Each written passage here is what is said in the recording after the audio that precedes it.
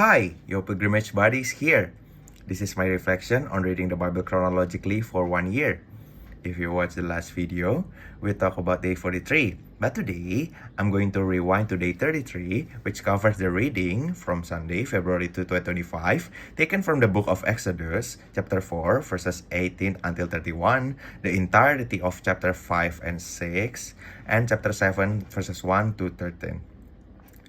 Today, I'm reflecting on the contrast between two figures, the rebellious one, Pharaoh, and the closest one to God, Moses. So Moses began his mission after his calling from God. He was ready to obey, and God gave him a sense of reassurance, telling him that the Pharaoh who wanted to kill him was no longer in power, though the next Pharaoh would still oppose him. Moses also received a powerful tool, a staff, which before had no significance, but now became the staff of God and a tool of miracle. As I reflect on chapter 5 and 7, it's clear that those who harden their hearts, like Pharaoh, always find something or someone to fight against, especially when they're refusing to listen to God. Honestly, Moses didn't even need to argue with people like this. But God gave him a powerful message to Pharaoh about Israel being God's firstborn. The message was clear. Even a king's heart can stand against the King of Kings.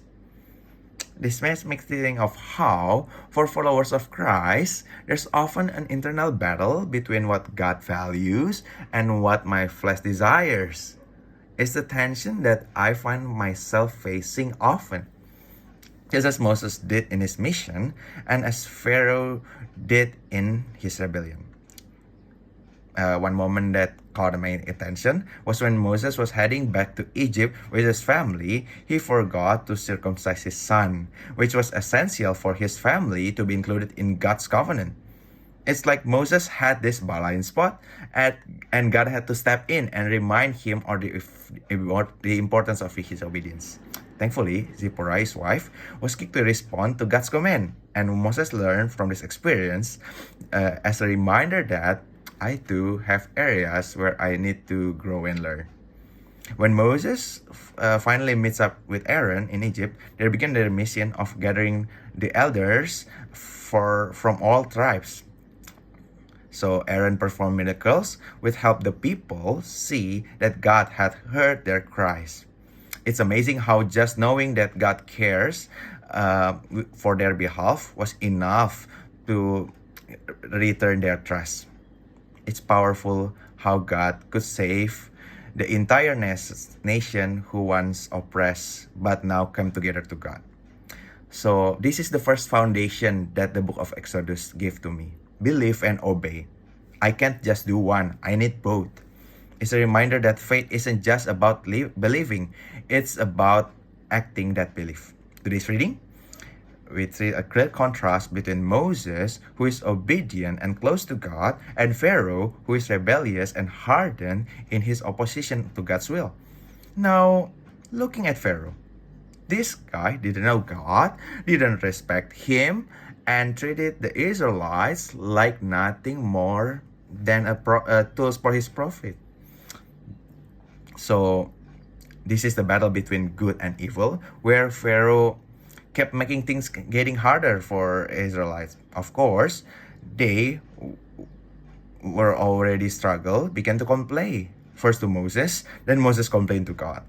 But God answered, and his message was clear. Rely on my mighty hand. That's all they needed. Even when they felt broken and discouraged, God's power was more than enough to deliver them. But it's hard to believe when I'm stuck in the pain and hardship. Yet, I've learned that my despair only makes things worse. It also makes me think about how the book of Exodus includes Moses' genealogy. It's not just a list of names. It's a proof to the Israelites that Moses was truly a descendant of Levi, the line that would bring their deliverance. It's a reminder that God's plans are always bigger than what I can see in a moment. As the story moves on, I see at Moses that need to face Pharaoh 12 times. Could you imagine that? It wasn't easy, But Moses showed incredible patience and obedience. He didn't cut any corners. This was part of God's plan, and Moses stuck to it step by step. And here's something that strikes me. Moses became like God to Pharaoh. Both Moses and Aaron acted as God's messenger. But Pharaoh's heart was so hard that even the miracles, each more powerful than the last, didn't change him. It's a stark reminder of how stubbornness, selfishness, and pride can cut me off from the Lord. The miracles that God worked, like turning Aaron's staff into a snake, showed Pharaoh and all of Egypt just who God is. But sadly, even though the miracles were undeniable, Pharaoh's heart never softened. It's a powerful lesson.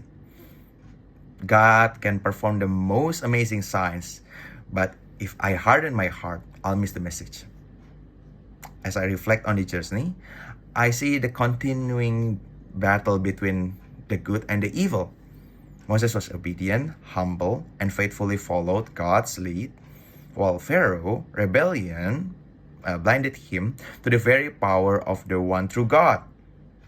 This contrast highlights a key choice for us all, for me, and I hope for you too.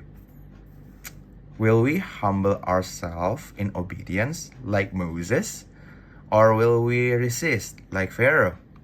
Ultimately, it's clear that God's power and sovereignty are unmatched, and being close to Him is the only way to truly experience His victory. That's all that I can say for today. God bless.